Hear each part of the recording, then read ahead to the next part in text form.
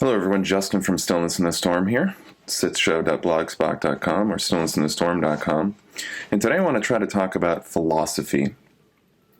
Now, philosophy is kind of one of these dusty subjects that most people, especially in a college setting, tend to dismiss as inconsequential and unneeded. But really, I think philosophy has been undervalued in relation to the control mechanism that we're dealing with on our world. It's probably for good reason, because philosophy is really the agency that we use to assess and explore meaning. And meaning is the relationships between one or more things. So within a natural law perspective, we have mentalism, which is the first Hermetic principle, and correspondence. And essentially what we can say mentalism is consciousness. So mentalism is an older word referring to consciousness, so things of consciousness. Anytime something that enters our awareness and affects our awareness, we can think of it as an aspect of mentalism. Now, what correspondence does is it allows you to take something in your field of awareness and compare them against each other. And when you compare two things against each other, this is what generates meaning. So meaning is very important because meaning is what we use to judge and assess value in relation to our personal experience. And obviously what we value is what motivates us. So this is what I'm essentially describing as the flow or process of absorbing raw experience, okay, and then contemplating that raw experience to divine meanings that then we can make value judgments on. So for example, if you have an experience where you go to school and you're learning, let's say how to paint, and this experience that you're having while you're painting, it feels good, it's exciting you, you're feeling playful, it's stimulating aspects of your consciousness that maybe weren't stimulated before, then the meaning that you're going to get out of that experience is most likely going to be judged as positive, which means it's going to have a positive value assessment on it. And when we make positive value assessments, what essentially that is doing is it's saying that this is an activity, this is something that we want, this is something that we're going to desire in the future. So philosophy is very important because it's actually the tool that we use to evaluate and contemplate our desires. And really, since our desires are a function of our choices, our intuitions, our subtle, potentially pre-incarnative things that we came into the world with biases, then what this basically philosophy is going to allow us to do is it's going to allow us to explore the unconscious and the subconscious. So it's really important to develop a philosophic process. And even though you may not consider yourself to be a philosopher, everybody exercises philosophy. Everybody explores meaning in their lives. Now, I want to talk about something relatively new that I learned as far as the terminology, but this is actually an idea that I've been chewing on for a long time, which is essentially that the exploration of meanings and when we need to stop that process. So right now in society, we have this kind of nihilistic philosophy that, well, because things are seemingly meaningless in certain contexts, the process or the activity of exploring meaning in that vein is useless. It doesn't do anything for us.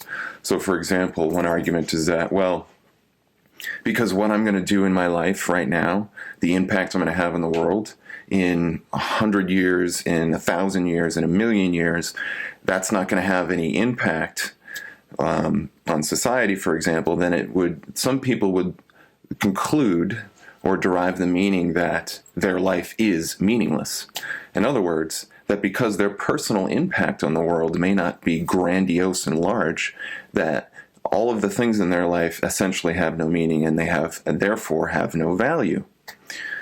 So just from a nihilistic perspective, just in analyzing nihilism, which is the philosophy that ultimately everything is meaningless in life, you can see how that perspective has a tendency to devalue experience. Obviously, if you think that what you do in life has no meaning, then the values that you use to derive motivation for the things to do in life is going to start to be hindered, right? For example, A lot of people think altruism is a worthwhile pursuit, that it has value in doing good things for other people and just servicing others. But if you ultimately think that all life is meaningless, then altruistic values don't have as much import. They don't have as much resonance or bearing or potency on the individual.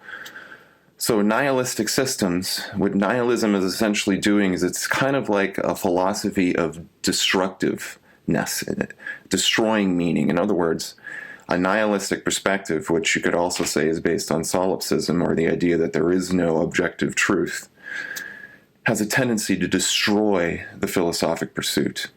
In other words, people who adhere to nihilistic and materialistic belief systems tend to avoid exploring meaning. So, for example, if you go to somebody who's a devout materialist, atheist, who doesn't believe in metaphysical realities whatsoever, extended mind phenomena, spirituality, a creator, things like this, and you present them information such like morphogenetic resonance.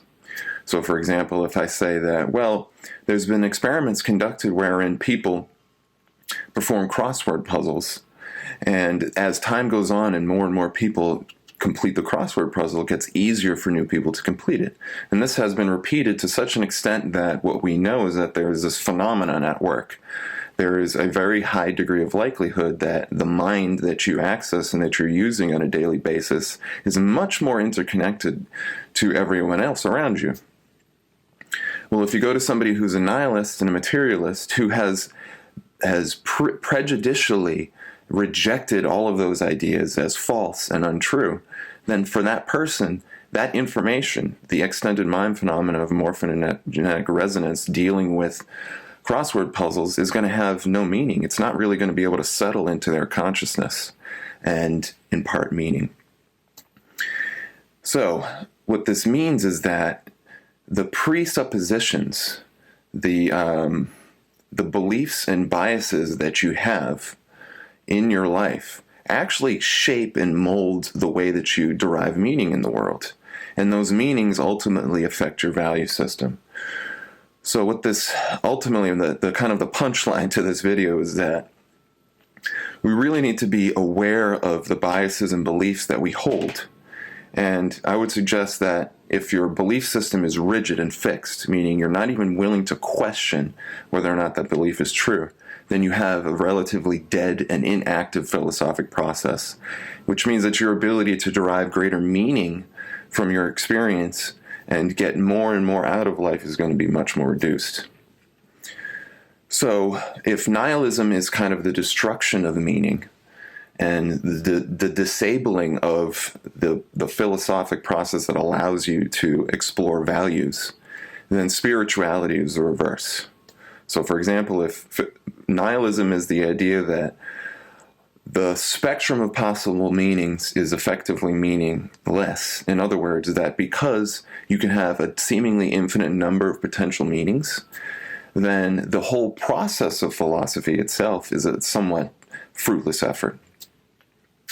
And that spending time to think about different possibilities, to think and explore about different ideas, scenarios, fantasies, desires, is ultimately meaningless as well. It has no value. It yields no benefit. But it's not really true. So from a spiritual perspective, my dog's barking. From a spiritual perspective, just the act of thinking about something, even if it's not true, is going to impart practical value because it shifts your perspective. So it's a lot of people who engage in creative pursuits, whether or not you're writing a term paper, or you're an artist, or you're a writer, or you're a singer, or whatever your creative outlet happens to be, we all have these moments of potential stagnation where we get blocked. And what usually tends to pull us out of that is novelty, new experience. So from a consciousness perspective, what imparts novelty, what imparts newness, a feeling like you're exploring something new and exciting, is when you've opened your mind to allowing the correspondence between things to take on new form. And that requires an active philosophic process. So let me try to bring it down to an example. So if you were to, let's say you're working at a job that is fairly repetitive, okay, you're making sprockets, let's say you're assembling cell phone circuit boards, and your job is to connect one resistor to the circuit board, and it's the same job every time. So literally, your job every day is repeating the same motion all the time. Okay, so the external experience itself isn't really new in a general sense. So the only way for you to feel like you're actually doing something new and exciting is to change the meaning of this act inside for yourself. And that requires a philosophic process.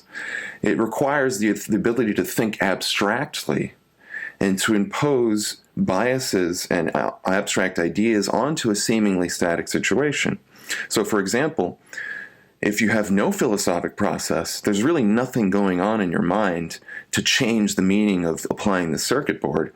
You're going to be really bored, understimulated, and probably to resort to escapist thoughts. So you start fantasizing about other things.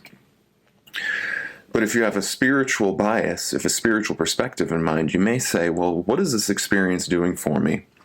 What could I possibly be getting from this seemingly mundane experience that could impart value, meaning, and evolution in my life? So you may think about, well, part of the process of gaining evolution is developing mental discipline.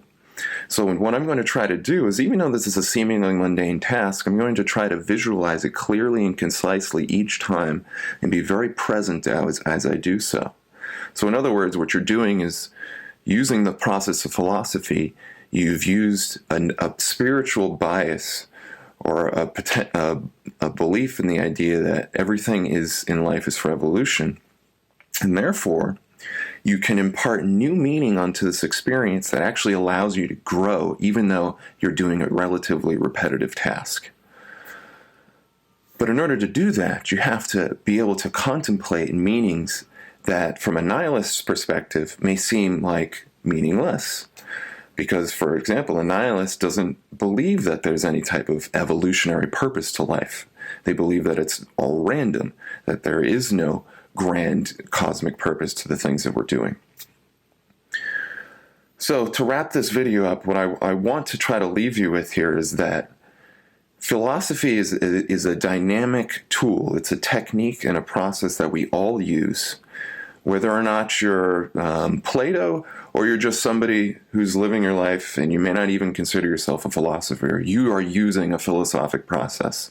Philosophy in this sense is just like an organ of our body. Everybody comes with 2 feet or 2 hands or a head or a mouth or whatnot. And for example, an artist may have more prowess with their hands and their visual senses than, let's say, a scientist. But just because one person uses more of their faculties than another doesn't mean that they're not using these faculties. So in other words, we all use the process of exploring meaning in our lives to actually give us allow us to make contact with values so we can judge values. And then once we've judged these values, we say, yes, this is something I want to experience. Now we can open ourselves up more to it and allow the newness of that experience, the nuance and detail, to come into our awareness so we can continue that exploratory process. And by having a spiritual bias, or in other words, by saying, well, instead of having a nihilistic perspective that everything is meaningless, you have the other perspective, which is that everything has meaning, and that by trying to explore all the meanings that are possible, you're going to build a tapestry of holistic meaning, of singular meaning, where all of the pieces of the puzzle start to weave themselves together into a tapestry. And from there, that is when you start to approach levels of personality transcendence, transformation, evolution. The more palpably, or that's not a good word, the more adeptly, the more with greater skill you're able to consciously use your philosophic process to explore meaning, the more you're going to be able to impart spiritual value to your everyday experience, so that no matter what you're doing in life, whether it's from a mundane perspective because you're going to work at some job that you hate, or meeting a new person or facing a challenge and having to go through a personality transformation, when you have developing a spiritually philosophic perspective, and you have a living, active philosophy, then that is going to impart you with incredible degrees of personal empowerment, skill, emotional equanimity, balance, harmony, bliss, evolution. I mean, all of the things that are kind of presented to us as the ascended things that we want, which even people who are potentially, materialistic, they still somewhat at an unconscious level crave newness, they crave pleasure, they crave personality, growth, and transcendence. So all these things are there, and when you embrace your philosophic process and really start to recognize what the role of spirituality is in that, then really, that's when the magic really happens. So thank you so much for watching. I hope you found this informative and of value, and I'd love to hear your commentary, so please leave your thoughts and insights below in the comments, and I may do a follow-up video. And you can see my work at stillnessinthestorm.com. And please support Stillness in the Storm and my work and other work that I'm doing by contributing for the price of simply a cup of coffee or any other small contribution. You can help keep this work going for myself and others.